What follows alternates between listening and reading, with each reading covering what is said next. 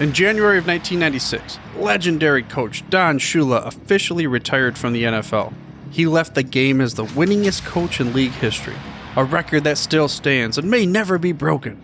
Whether it was being drafted to play for Paul Brown during the heyday of the Browns, being hired by the Colts as the then youngest head coach in NFL history, or I don't know, being the head coach of the team with the only perfect season in league history, Shula has been involved in many great moments of the past half-century. In the same year, this week's guest started his career retelling these moments and many more, and it all revolved around NFL films.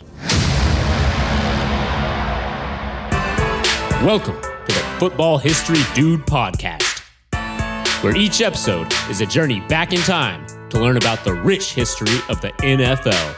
Your host is Arnie Chapman. Football is his passion, and he wants you to come along with him to explore the yesteryear of the gridiron. So hop on board his DeLorean and let's get this baby up to 88 miles per hour. Great Scott! This time as we step off the DeLorean, the date is January 4th, 1930, and we are in Grand River, Ohio, where we're here to celebrate the great Don Shula coming into this world.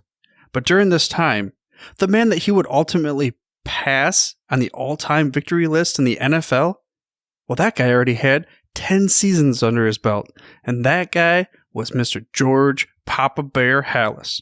Shula would grow up to not only pass Papa Bear on the all-time list, but he would also become arguably the greatest coach of all time. Then, he retired in 1996, walking away from the game as a living legend. In this same year, a legend in the world of NFL films would walk into the doors for the first time, or at least officially. Chris Willis was hired as the NFL Films head of research library, and although that sounds cool, what exactly does that mean? Well, we're going to go ahead and dive into that in this week's episode. And if you want to learn more about this week's guest, Chris Willis, and the things that we talk about in the episode, you can head to his dedicated page on the website, which, by the way, you can go ahead and find that at thefootballhistorydude.com/Chris Willis. Again, that's thefootballhistorydude.com/Chris Willis. And also, while you're at it, I ask that you please subscribe for free to the show by mashing that little subscribe button in your podcast player of choice. That way you get the hottest, freshest off the press episodes, each and every week. But how about I don't make you wait anymore for the interview? Let's dive right into it with Mr. Chris Willis. Hey, Chris, welcome to the Football History Dude podcast. Thanks for having me, Arnie. Appreciate it. For sure. And of course, we had to bring you on as the resident historian of NFL films. And the first question I got to ask is, how did you fall into the head of the research library over at NFL Films? It's a sort of roundabout way. When I was in college, I played football and was going to school at a small school in Ohio, Urbana University. And I always thought I wanted to get into coaching. Was a physical education major and wanted to get into coaching. And when I looked at some grad school programs, I saw that sports history was a major at Ohio State University, which was in my hometown of Columbus. So I thought that was a perfect a way to continue my education and either get into coaching or further sort of the sort of football part of what I wanted to pursue. And sports history was a big thing for me. I love the game of football and I love the history part. Grew up, my dad owned a used bookstore, so was able to read a lot of books. So was able to get into that program after graduating from Urbana. And so I took classes in the sports history department at Ohio State for a year and a half, and then wanted to do an internship, which my advisor and professor was fine with. And so I sort of branched out and sort of tried to write and communicate to places I thought could do an internship, with teams or, Pro Football Hall of Fame. So NFL Films was one of those on my list. So in the fall of 1995, I was able to get an internship at NFL Films, working in the archives department, doing just research for their shows, which was a tremendous experience and enjoyed it. It was the fall of '95, so during the season. And then after the season, I was expecting to go back to grad school, but they said I should stick around because they were going to start a tape library for the producers. They were leaning towards transferring everything to tape at that time.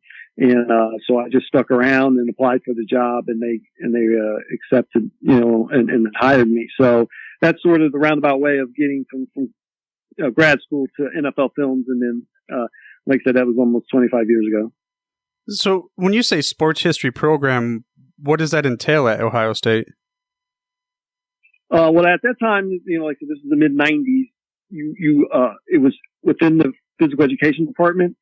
So they had sports philosophy, sports psychology, sports management, and sports history. So you were one of the four branches there at the time.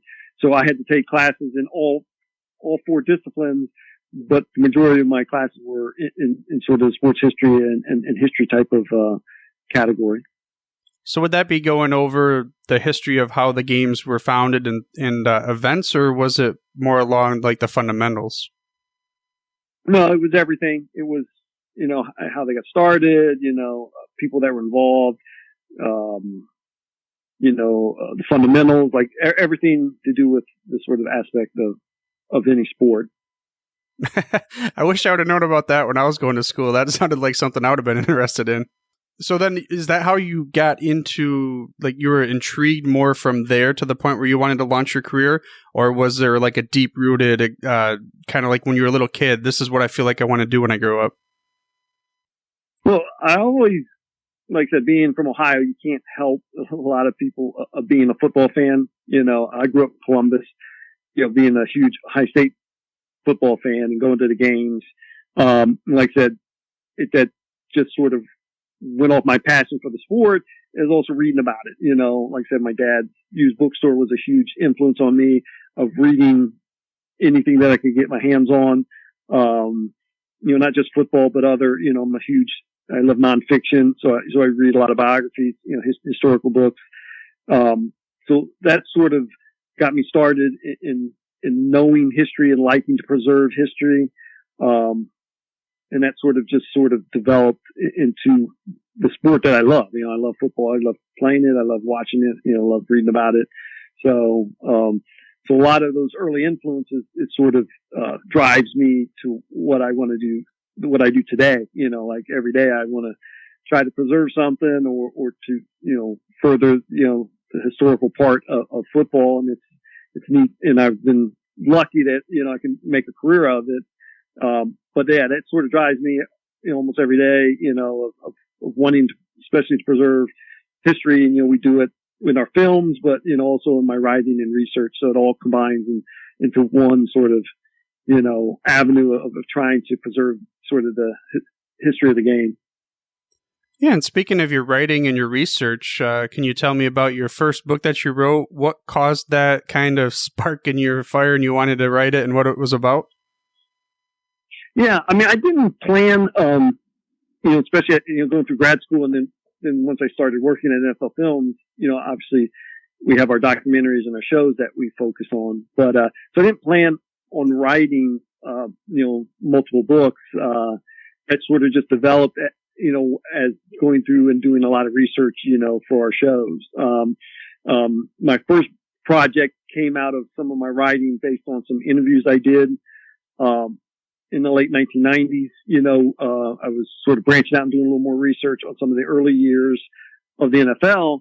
So, at that point, that whole generation of sort of especially players who started in the 20s and 30s, they were slowly, passing away. So I hated seeing that. I was like, oh, we have to preserve some of these stories. So I was able to pitch some shows and some pieces that we did for NFL Films, based on guys who played in the 20s and 30s and even in the early 40s. So it was nice to be able to preserve some of that. So from some of those interviews, I started sort of just writing some chapters.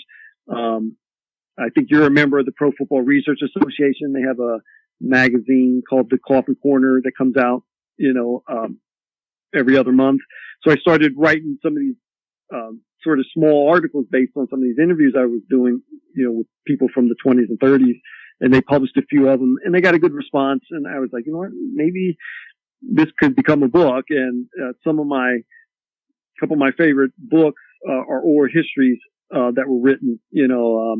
Myron Cope, the old Steeler announcer, wrote a book called The Game That Was. Bob Curran, the Buffalo writer, wrote one, Pro Football Rag Days.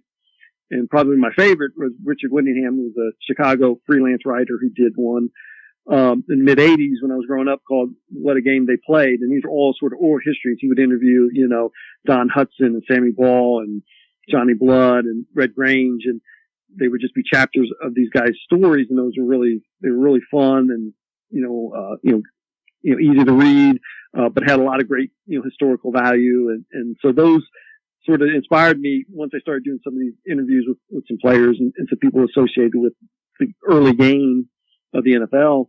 I started writing some chapters, and that's where Old Leather came from, and I sort of narrowed it down to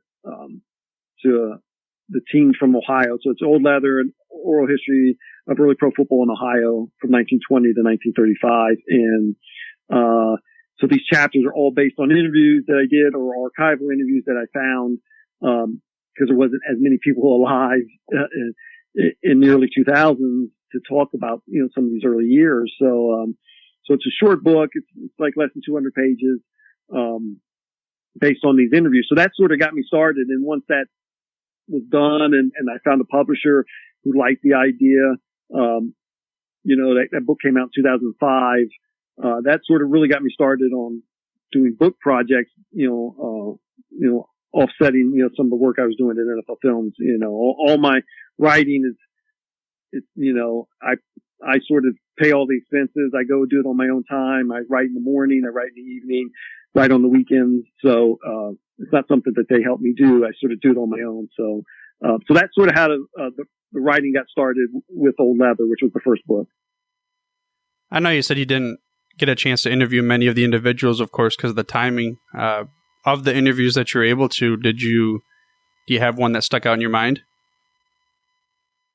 Yeah, I think out of the early ones that I did, especially for Old Leather, the one with Glen Presnell.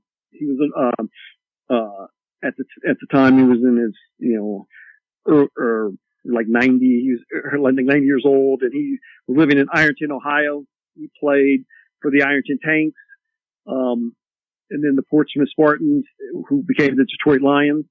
So he was one of my favorites. Like I said, he was still living. I was able to interview him twice, with my trip down to Portsmouth, Ohio. And he was just really nice, and like that, and he was pretty sharp, for somebody that was, in his 90s, or reaching 90, he was still pretty sharp, and he could tell, he wasn't, super detailed, but a lot of these guys, as you get older, they don't know, or they don't sort of reveal some of the details, but they give you good stories and good opinions on things and stuff like that. So Presnell was one of the ones that I really liked. Now, like I said, I was able to do him twice, over the time. I believe he lived to be almost 99 years old, so he had been around, and he was a pretty good player. I mean, he wasn't a Hall of Famer. His name has been brought up, but he's a borderline sort of candidate, but he was a really good player, was all pro, once or twice in his career, and led the league in scoring once and stuff. So he was very enjoyable to talk to and get his reflections of playing in those early days. And you mentioned the Pro Football Researchers Association, and you received the Ralph Hay Award, the Lifetime Achievement Award. What all does that recognize, and what was that for? Yeah, well, I've been a member of the PFRA. That was when I was in grad school, right, or even before I got to grad school, like 1993 is when I became a member of that organization. And because I found out they were, they're just a bunch of historians and people that like the game and stuff. So when the award was announced, they just sort of sent me an email and said, "Oh, you're this year's winner" and stuff. So it's really just a nice honor. There's no like banquet or anything or any award. They sort of they sent me I think a small like certificate, but I think it's more based on just the amount of years I put in doing research. Pretty much since '95. So Probably came a little bit earlier in my career, but it's just nice that those guys recognize somebody, every year that sort of, doesn't get as much publicity. If you look at the list of the Ralph Hay winners, they're not common names. They're not the well-known sports writers. They're just historians that like to, preserve the history and write about it, and stuff like that. So it was nice to be honored. Yeah, it's very cool that they do that. Just like the whole, like you said, Coffin Corner that comes out every other month. Again, like you said, I am a member of the PFRA, and I enjoy reading those and digging into just all the articles that they have for, since like, what was it, the 70s that they were founded, I think it was? Yeah, I think 1977 was the first year that they, or was 79? So they've been around, for over 40 years now. So it's, it's a nice little organization. The Coffin Corner, has sort of unique articles, and it's even for aspiring historians or even, authors that just want to try out some of the writing. They appreciate people who submit articles, and a lot of it is just, it could be off the wall or really specific things, about specific teams or players or events. It's just not, your general stuff that you find on Wikipedia or something. You can get real specific about stuff and they'll publish it for you and stuff. So, that's how I got started with some of my writing, with on pro football history, so it is a nice little, publication and organization to be a part of. Yeah, I find myself gravitating towards, even when I do Google searches, I land on their pages quite often, and I think it's Bob Carroll's the one I'm thinking of, but that guy cracks me up when I read a lot of his older articles. Yeah, he was one of the founders. Joe Horrigan, who just retired at the Pro Football Hall of Fame, after 40 years, was another one of the original founders. But Bob was one of the sort of icons in early pro football history and preserving it. He'd been around for a long time, so a lot of his writings and actually finding some of the history and sort of debunking some of the early stuff that wasn't researched quite as well. Bob was sort of a major player in preserving some of that. For most NFL fans, when it comes to learning about the history of the game, they do rely on the organization you work for in NFL Films. What's your role there? Can you kind of explain what you do for say a documentary from start to finish? Yeah. First, my day-to-day responsibility is, like I said, running the research library. So usually, when one of our producers, when they get an assignment, they can come to the library or, or my department and just figure out what they need, what we have in house, footage wise. If they need something out of house, we can steer them towards that. So, so when a producer's ready, he can come and just figure out what we have. And we find it for them, so whether it's just a specific shot, that they're looking for, or, different highlights or different shows, we have it all there that we can sort of steer them to, and then they can start on the project, start editing, whatever they need. So, then later on, if there's additional research that needs to be done, or I usually watch the piece and then, give them a little more direction or say, hey, this could be done, better, or they could find this type of footage. Then I also look at scripts. We want to make sure everything's sort of factually correct. That's a huge thing, with more eyeballs watching our shows. With social media now, you don't really want anything to be incorrect because people will notice it and call you on it. So fact checking, scripts, make sure scripts are correct. We say, names right, things like that. So I'll do that sort of at the end of the process, make sure that thing doesn't get out, so that's sort of the day-to-day type of stuff, is just make sure our producers have, the research that they need to do their shows. There must be just a ton of footage in the NFL Films archives. Do you have an idea of, I don't know, do you guys ever keep track of how many hours worth of footage or tape reel or anything like that? Well, no, it's always changing a little bit. I mean, each season there's going to be additional stuff. So that changes every year. And we're also like somewhat in transition of things everything's pretty much was shot on film until about 6-7 years ago, and now we shoot pretty much everything just on digital cards. That's just the way the society or the business is now. You shoot on digital. Every once in a while we might shoot something still on film, but that 50 years of library, even previous stuff, that's all still exists. On film. If we ever have to transfer it, or not everything's on tape that we have shot over since 1965. So yeah, there's millions and millions of reels of footage. Yeah, and the thing that comes to my mind is just going into one of those old school libraries where you see the books you have to have a ladder that's 5 stories high just to get up to the reels, and the organization must have been just crazy, either good or crazy hard. What was it when you first came in there before really the digital age? What was the organization like? Well, yeah, there was 3 libraries, so to speak, in our building. One is the film library. So anytime something that was shot on film, the original film is stored, in a can, in that library. So there's from 1965 to, 2012 or whatever, all that film still exists, in some sort of way in cans in our film library. Then we have our tape library, which at the point, like in the mid 80s to the late 80s, everything was transferred or tried to and then was put onto tape.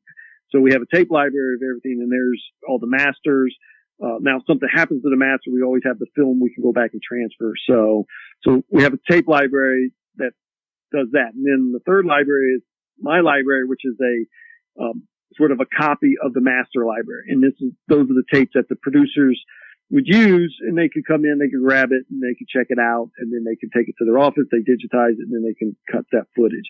But that's not the master tape. So those 3 libraries, still exist, but now everything is digital.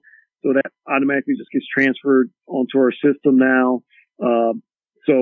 Going forward, that's a challenge of how that's going to get preserved, because, a digital file is different from physically having the tape or physically having the actual film. Hank Stram was shot on film, his wire from Super Bowl IV. Well, now all our wires are shot digitally. So what's that challenge is going to be, 40 years from now, what those tape or what that digital file is going to exist as, so that's always a challenge going forward, but that's sort of what we look at now of being able to preserve all our stuff in the libraries that we have in our building. Yeah. Is it difficult to transfer over, say, the olden times? You bring up Hank Stram's audio footage that was on film. Is it like a 1-for-1 process where you got to let it go the whole time, or can it be sped up? Well, what do you mean? As you use it in a show, or? So if you were to use that in a nowadays show for a documentary that you created in 2020, would you be able to transfer that audio over somehow digitally, or what's the process for that? Yeah, no, it's already done. Like once it's done, like we transferred the film to tape, years ago, so that it's already on tape. Now we might retransfer it just so we can make it look better. The quality might look better. But once it goes on the digital file, it can exist like almost anything on a digital file forever. So we don't ever have to transfer it again, unless, like going from standard def to high def to 4K, like unless something like that changes it where we might have to transfer it again. But once you transfer it to digital file, it should exist on the digital file forever, So it's not like we transfer it every single time for every single time we want to use it. Right. Yeah, that makes sense, because otherwise that would be a lot of transfer. And is it fair to say that not every single piece in those old metal cans has been transferred over to digital, or have you guys really backed up everything already? No, not everything has been transferred onto a digital file. So, I mean, like I said, we started shooting full games in 1965. So you're talking, over 50 years of film. Right. So it just depends what project. Some things are on a digital file more than others just because of a project. Like like this year with Top 100, or say we do a show on Gale Sayers. Well, we'll transfer all his game footage. So anything from the Bears, in the 60s and early 70s, all that's probably on a digital file. But if we go and do a show on Jim Brown, we might not have transferred all the Browns footage. So it just depends what project as you go forward, because, you just don't have the physical time to do everything. I mean, it would take us, years and years to physically, do everything that right. we want to do. So. Yeah, that's just crazy amount of footage, I would imagine. What about prior to NFL Films' existence, all the footage from the older time days? Does that get warehoused at all with you guys, or is that somewhere else? Yeah, no, we have a lot of that. We bought that in the 80s. Telraw was the company that did all the newsreels and the footage in the 50s and early 60s. When they went out of business, NFL Films acquired, that library. So we have we pretty much have almost every game, a lot from the late 40s to now of all NFL stuff. Before, the late 40s, then it's hit or miss. That's why you don't see as much from the 20s, 30s, and early 40s is because there was no Telraw or NFL Films shooting games on a weekly or shot every game. So. Right. And speaking of NFL Films, of course, we got to go to the Sables. Did you work directly with Steve at all? I did. His father, Ed, who started the company, had just retired when I started as an intern in 1995. Steve was the president at that time. So for 17 years, my office was almost right down the hall from him. So he was tremendous to work for. He was a great boss, easy to talk to. His door was always open, that you could go in, you could talk about anything, or he would stop by, the library, see if I needed anything. He was always, trying to help you be better at what you needed and what you wanted to do, and that started even with his dad, but Steve would always say, what do you need? What can I do to make your job better? So he was tremendous, in that aspect. I loved working for him. Like I said, he would do anything for you, whether you were a cameraman, whether you were a producer, whether you're audio or mixer or music.